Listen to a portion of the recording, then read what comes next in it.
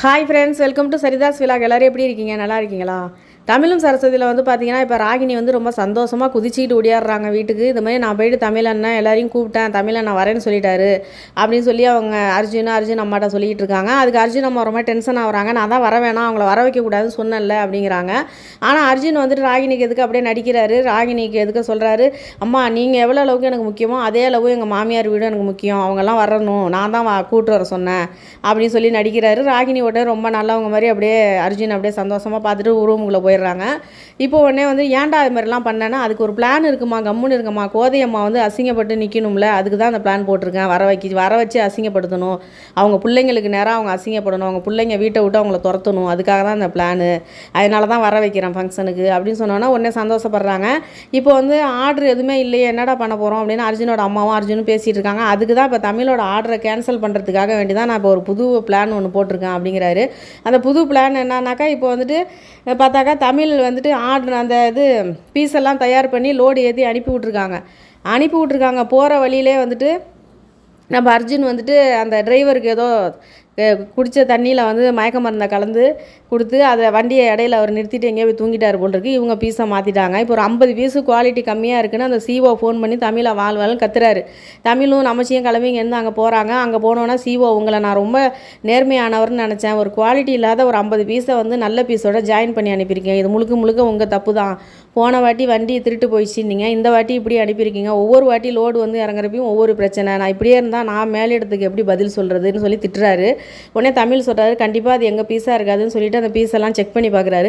Check பண்ணும்பொழுது அந்த 50 piece எங்களோடது கிடையாது, ரொம்ப குவாலிட்டி கம்மியாக இருக்குது, இந்த பாருங்கள் எங்களோட பீஸில் வந்து நாங்கள் வந்துட்டு ஒரு அடையாளம் வச்சுருப்போம்னு சொல்லிட்டு அதில் எஸ்ன்னு இனிஷியல் போட்டிருக்கு, அதை காட்டுறாரு. இந்த பாருங்கள் இந்த பீஸில் அதெல்லாம் இல்லை, இது யாரோ ஏதோ பண்ணியிருக்காங்கன்னு சொல்லிட்டு அந்த டிரைவரை கூப்பிட்டு விசாரிக்கிறாங்க.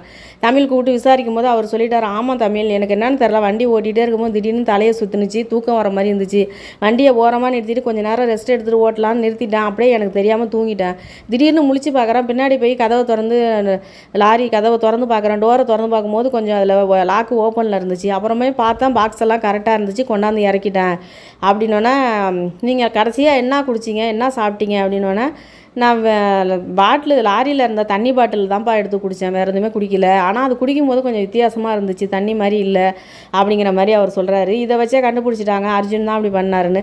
ஆனால் சிஓ சொல்கிறாரு, இதை யார் பண்ணியிருப்பாங்கன்னு நினைக்கிறீங்க அப்படின்னோடனே நான் தமிழ் சொல்கிறாரு, வேறு யார், அந்த அர்ஜுன் தான் அப்படின்னா, அர்ஜுன் இந்த அளவுக்கு பண்ணுறாரு, இவ்வளோ மோசமாக இறங்கி ஒன்றும் பண்ணிகிட்டு இருக்காரு, அவரை எதுக்கு நீங்கள் வெளியில் எடுக்கிறதுக்கு உதவி பண்ணீங்க, எடுக்காமல் இருந்திருக்கலாமேன்னு சொல்லி அவர் சிஓ கேட்குறாரு. இப்போ வந்துட்டு தமிழ் வந்துட்டு ரொம்ப டென்ஷனாக நின்றுட்டுருக்காரு. இந்த பக்கம் வந்து பார்த்தாக்கா நம்ம அர்ஜுன் ரொம்ப சந்தோஷத்தில் இருக்கார், தமிழோட ஆர்டர் கேன்சல் ஆக போகுதுன்னு. ஆனால் வந்துட்டு பார்த்தாக்கா இப்போ மறுபடியும் தண்டசோறு மாமா ஒடியாடுறாரு. இதை மாதிரி வந்து நம்ம போட்ட பிளான்லாம் வேஸ்ட்டு, தமிழ் வந்து கண்டுபிடிச்சிட்டான், அது 50 பீஸு வேறு வெளி கம்பெனிலேருந்து வந்திருக்கு, யாரோ மாற்றிருக்காங்கன்னு சொல்லி கண்டுபிடிச்சிட்டான், அவன் புத்திசாலித்தனமாக நடந்துக்கிறான், அவன் சூப்பராக கண்டுபிடிச்சிட்டான், ஆனால் நம்ம தான் வந்து கண்டுபிடிக்க முடியாது, அதுக்கு சாட்சி இல்லை, இப்போ அவனோட ஆர்டர் கேன்சல் ஆகாது அப்படின்னு சொல்கிறான். சொன்ன உடனே வந்துட்டு இவர் அர்ஜுனுக்கு வந்து டென்ஷன் ஆகுது, நம்ம என்ன பண்ணாலும் எப்படியாவது தமிழ் தப்பிச்சிடுறானே அப்படின்ட்டு. அந்த நேரம் பார்த்து நம்ம கோதையம்மா வந்து அர்ஜுனுக்கு கால் பண்ணுறாங்க. என்ன அத்தை கால் பண்ணுறாங்க அப்படின்னு சொல்லிட்டு ஃபோனை எடுக்கிறாரு. கொஞ்சம் வெளியில் வா, அவங்ககிட்ட பேசணும் அப்படிங்கிறாங்க. உடனே வந்து அர்ஜுன் வந்துட்டு, என்ன விஷயம் தான், நீங்கள் உள்ளே வாங்க அப்படின்னா, பரவாயில்ல நீ வெளியில் வா, அவங்ககிட்ட பேசணும்னு சொல்லி ஃபோன் பண்ணுறாங்க. என்னன்னு தெரில, அத்தை ஃபோன் பண்ணி வெளியில் கூப்பிட்றாங்க, வெளியில் நிற்கிறாங்க, நான் போய் பார்த்துட்டு வரேன்னு அர்ஜுன் போகிறாரு. இப்போ வந்துட்டு இதோட முடிச்சிருக்காங்க. ஒரு வாட்டி வந்து கம்பெனியில் தப்பு நடந்துச்சுன்னா 2வது வாட்டி லோடு அனுப்பும்போது கூட நமச்சியாவது போகணும், இல்லை தமிழாவதும் போகணும். இந்த நமச்சி என்ன வேலை பார்க்குறாரு, பொழுதனைக்கும் தமிழ் கூட வாழை பிடிச்சிக்கிட்டு சுற்றுறாரே தவிர வேறு ஏதாவது ஒரு வேலை, கம்பெனியில் வேலை பார்க்குறாரா இல்லை வீட்டில் ஏதாவது வேலை பார்க்குறாரா, எனி டைமும் தமிழ் கூட தான் சுற்றுறாரு.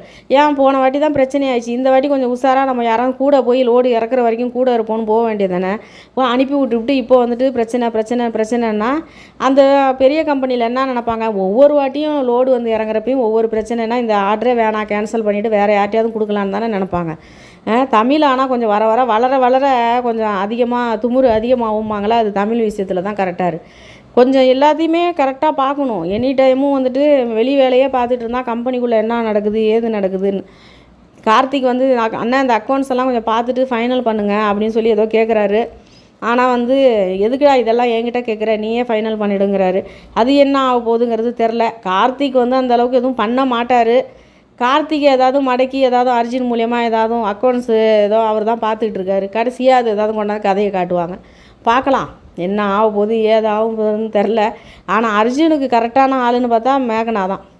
பிடிச்சி உள்ளே வச்சாங்க பார்த்தீங்களா, கொஞ்சம் கூட பாரபட்சம் பார்க்காம தூக்கி உள்ளே வச்சாங்க பாருங்கள். அப்படி இருந்தால் தான் அர்ஜுன்கிட்ட சமாளிக்க முடியும். அர்ஜுனுக்கு வெயிலே இது பண்ணியிருக்கக்கூடாது, உள்ளேயே இருக்கணும்னு சொல்லி விட்டுருந்தாக்கா இப்போ திருந்துவார். இப்போ வந்து ஒரு நாள் கூட ஆகலை, அதுக்குள்ளே இந்த வேலை. இன்னும் போக போக என்ன வேலை பார்ப்பாரோ பார்க்கலாம். கோதை அம்மா கூப்பிட்டு என்னத்தை பேசிட போகிறாங்க, அர்ஜுனை கூப்பிட்டு ஒன்றும் பேச மாட்டாங்க. அவர் யாருக்கும் பயப்படுற ஆள் கிடையாது அர்ஜுன். பார்க்கலாம் இதுக்கப்புறமும் என்ன நடக்க போகுதுங்கிறது. தமிழும் சரஸ்வதியில் இன்றைக்கி தான் நடந்துச்சு. இந்த வீடியோ உங்களுக்கு பிடிச்சிருந்தா லைக் பண்ணுங்கள், ஷேர் பண்ணுங்கள், சப்ஸ்கிரைப் பண்ணுங்கள். நன்றிங்க.